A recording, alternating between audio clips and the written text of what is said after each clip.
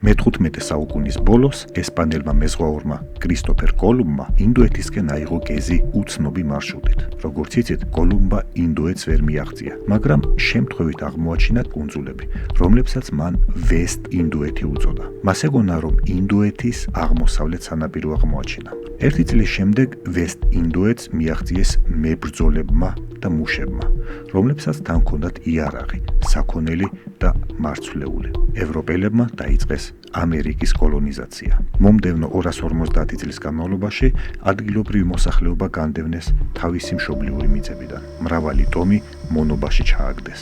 ახალი მიწის აღმოჩენამ მიიზიდა ხალხი მთელი ევრაზიიდან, რომლებიც სხვაგვარი ცხოვრების საძებნელად მიემგზავრებოდნენ. იმ დროის წამყვანმა ევროპულმა სახელმწიფოებმა, საფრანგეთმა, ესპანეთმა და დიდმა ბრიტანეთმა დააარსეს თავიანთი კოლონიები ამერიკაში და დაიწყეს ოქროს, თამბაქოს, ბამბის და სხვა რესურსების მოპოვება. ფული ევროპაში ნიაღვარივით შეედინებოდა. მე-18 საუკუნის შუა ხანებისთვის ჩრდილოეთ ამერიკის აღმოსავლეთ სანაპიროზე მდებარე 13 ბრიტანული კოლონია გაერთიანდა. მათ 1766 წელს დამოუკიდებლობა გამოაცხადეს. ასე დაარსდა ამერიკის შეერთებული შტატები, რომელმაც კონტინენტის აღმოსავლეთზე გაფართოება დაიწყო. მონების იძულებითი შრომა 10 წლეულების განმავლობაში ამერიკის შეერთებული შტატების ეკონომიკის მთავარ მამოძრავებელ ძალად რჩებოდა, განსაკუთრებით ქვეყნის სამხრეთში. სამხრეთ პლანტატორებსა და ინდუსტრიული ჩრდილოეთის შტატებს შორის ძალაუფლებისთვის ბრძოლამ სამოქალაქო ომი გამოიწვია. 1865 წელს ჩრდილოეთი გამარჯვებული გამოვიდა და მონობა ყველა შტატში გაუქმდა. ახლა ქვეყნის ინდუსტრიალიზაციის საწვავი სწრაფად შეივსო იაფი მუშახელით, ყოფილი მონებით, დავალიანებული მუშებითა და 10,000-ობით იმიგრანტით, რომლებიც კონტინენტისკენ მიედინებოდნენ ამერიკული ოცნების საძიებლად. ბოლო მთავარი შიდა საკითხი, რომელიც შტატებს ეკონომიკური სიდიადისკენ მიმავალ გზაზე ჰქონდათ გადასაჭრელი, თუ რა ბედი ეწეოდათ ადგილობრივ მოსახლეობას, რომლებიც ჯერ კიდევ იბრძოდნენ თავიანთი ტერიტორიისთვის და ამით ხელს უშლიდნენ ოქროს მოპოვებასა და სარკინიგზო ქსელის გაფართოებას. მე-19 საუკუნის ბოლოსთვის ამერიკული ბიზონის მასობრივი განადგურების გამო ადგილობრივმა ამერიკელებმა დაკარგეს თავარი საარსებო წყარო. შიმშილისგან გამოფიტულები ინდიელები იძულებულნი გახდნენ გადასულიყვნენ რეზერვაციებში და ახლა ამერიკის შეერთებული შტატები იწყებს გზას გლობალური ჰეგემონიისკენ, რაზეც მთავარ შესაძლებლობას ქმნის ორი ყველაზე დიდი ომი კაცობრიობის ისტორიაში.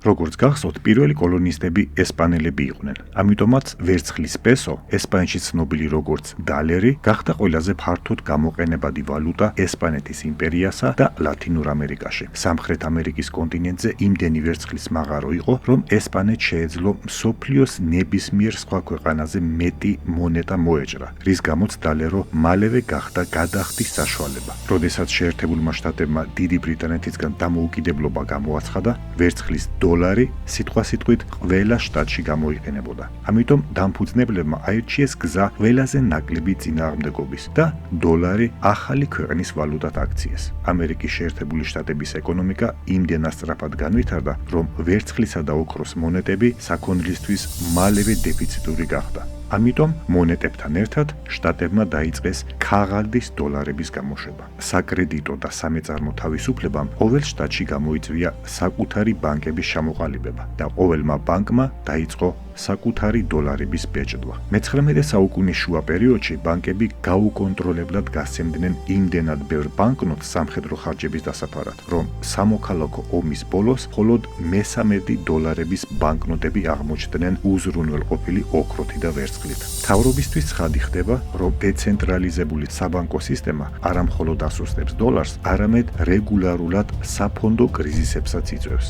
ამიტომ 1913 წელს შეერთებულმა შტატებმა დააარსა თავისი ცენტრალური ბანკი, ფედერალური სარეზერვო სისტემა და ძალიან დროულად, რადგან ერთი წლის შემდეგ ევროპაში პირველი მსოფლიო ომი დაიწყო და სწორედ მაშინ შეძლო დოლარმა ნამდვილად გაძლიერება. ომის დაწყებისას წამყვანი ევროპული სახელმწიფოების ხარჯები სწრაფად იზრდებოდა. მის დასაფარად ინგლისი, საფრანგეთი და გერმანია აქტიურად ბეჭდავდნენ ფულს და შედეგად მათი რაოდენობა აღარ შეესაბამებოდა იმ ოქროს, რომელიც რომელიც ამ ქვეყნებს რეზერვებში ჰქონდათ დაკავებული. ამერიკის შეერთებული შტატები არ ჩქარობდა ომში ჩაბმას. მან აქტიურად დაიწყო სესხების გაცემა ინგლისსა და საფრანგეთზე, რითაც ამცირებდა თავის საგარეო ვალს. პირველი მსოფლიო ომის დასრულებისთვის ამერიკის შეერთებულმა შტატებმა გასცა 10 მილიარდი დოლარის სესხი, რომლიდანაც 7 მილიარდი ევროპელებმა დახარჯეს ამერიკულივე იარაღის შესაძენად. კომპანიებმა აირჩიეს თავიანთი ფული შენახვა არა ომისგან განადგურებულ ევროპაში, არამედ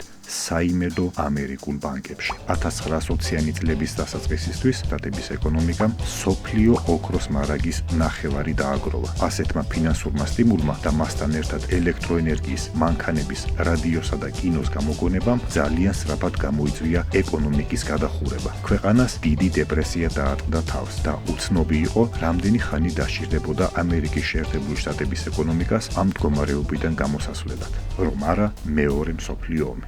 სცენარი განმეორდა. სანამ მსოფლიოს უმეტესი ნაწილი ომში იყო ჩართული, ამერიკის შეერთებული შტატები ეფექტური ბიზნესის საკითხების გადაწყვეტის უნარს ინვითარებდა. თავდაპირველად ბრძოლაში შტატებმა უზრუნველყვეს რეგულარული დახმარება ლენდ-ლიზის პროგრამის მეშვეობით, რომელიც სულაც არ იყო უსასყიდლო. მაგალითად, დიდმა ბრიტანეთმა ამ დახმარებისთვის საბოლოო ანგარიშტორება ამერიკასთან სულ ახლახან 2006 წელს მოახდინა. მაგრამ მთავარი ისაა, კრედიტების გაცემის შედეგად ევროპისთვის და ოქროს ზოდების შესანახად უსაფრთხო ფორტ ნოქსის უზრუნველყოფის წყალობით, ომის ბოლოს ამერიკის შეერთებულმა შტატებმა მსოფლიო ოქროს მარაგის 3/4 დააგროვა. 1954 წელს პატარა ქალაქ ბრეტონ-ვუდში ამერიკამ მთელ მსოფლიოს შესთავაზა, რომ დოლარი საერთაშორისო ანგარიშტორებებში გამოეყენებინათ. ჯერ ერთი უცნობია, როდის დაფარავენ პარტნიორები ამერიკის ვალებს. ოქრო კი ძალიან მძიმე და მოუხერხებელია რომ ატარონ აქეთ-იქით ოკეანის გადაღმა. მაშინ როცა ჩვენ გვაქვს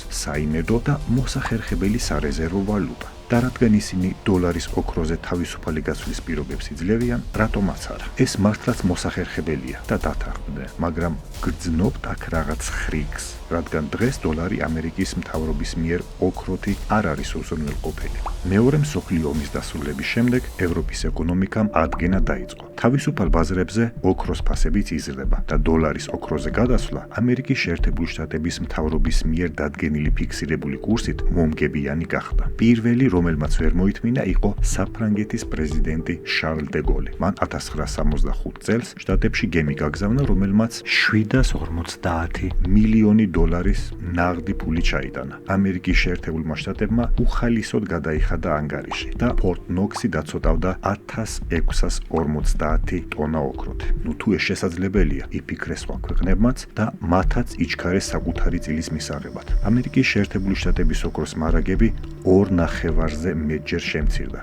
მაშინ, როდესაც ოქროს ფასი ამასობაში ბაზარზე საგრძნობლად იზრდებოდა. ასე რომ 1971 წელს ამერიკის შეერთებული შტატების პრეზიდენტმა რიჩარდ ნიქსონმა მაღაზია დაკეტა და წერტილი დაუსვა ამ საქმეს. მან გამოაცხადა, რომ დოლარი აღარ იყო ოქროსთან მიბმული და მათ, ვინც ვერ მოასწრო, შანსი დაკარგა. ცნობილი გახდა, რომ წლების განმავლობაში დოლარი იმდენად დიდი რაოდენობით იბეჭდებოდა, რომ ის უკვე დიდი ხნის წინ აღარ შეესაბამებოდა ამერიკის ოქროს მარაგებს და 5 წლის შემდეგ იამაიკაზე ქვეყნები შეთანხმდნენ, რომ სავალუტო კურსი განისაზღვრებოდა შეთავაზებისა და მოთხოვნის შედეგად და ოქრო მას შემდეგ გახდა საქონელი და შეწყვიტა გადახდის საშუალების ფუნქციის შესრულება. მაგრამ დეფოლტის მიუხედავად არავის უარყვია დოლარი. რამდენიმე ათწლეულის განმავლობაში ის ყველა საერთაშორისო გადარიცხვებში მონაწილეობდა. დოლარი იმდენად ღრმად იყო შეღწეული გლობალურ ეკონომიკაში, რომ ყველა შემდგომი კრიზისი, რომელიც შტატებში იწყებოდა, ვრცელდებოდა სხვა ქვეყნებშიც. შეუზღუდავი მისიისთვის მწვანე შუქის მიღების შემდეგ საბეჭდი დაზგა სრული სიმძლავრით აამუშავა.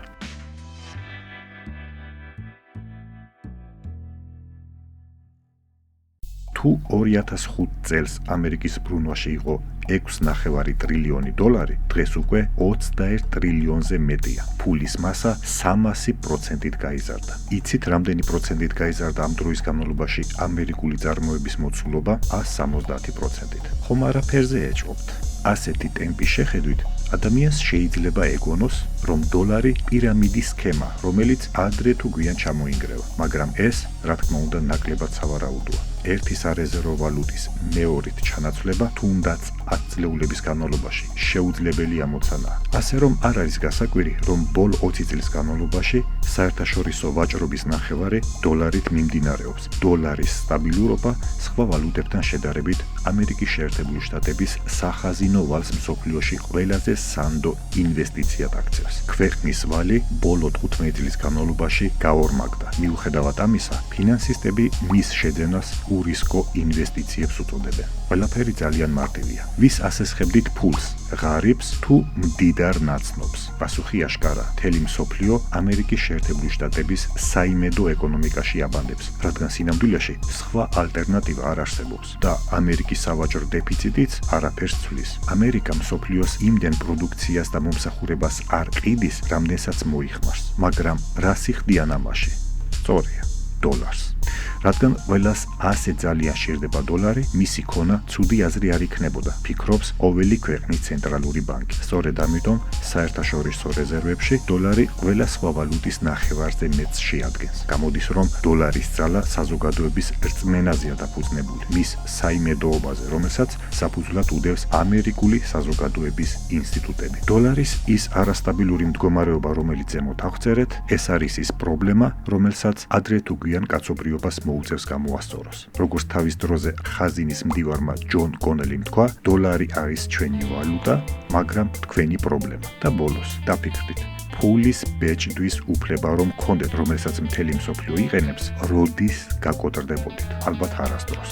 თუ დოლარი ოქროზე არ არის მიბმული და უბრალო ქაღალდია, მაშ რითი უზრუნველყოფს ამერიკა დოლარის ფასს?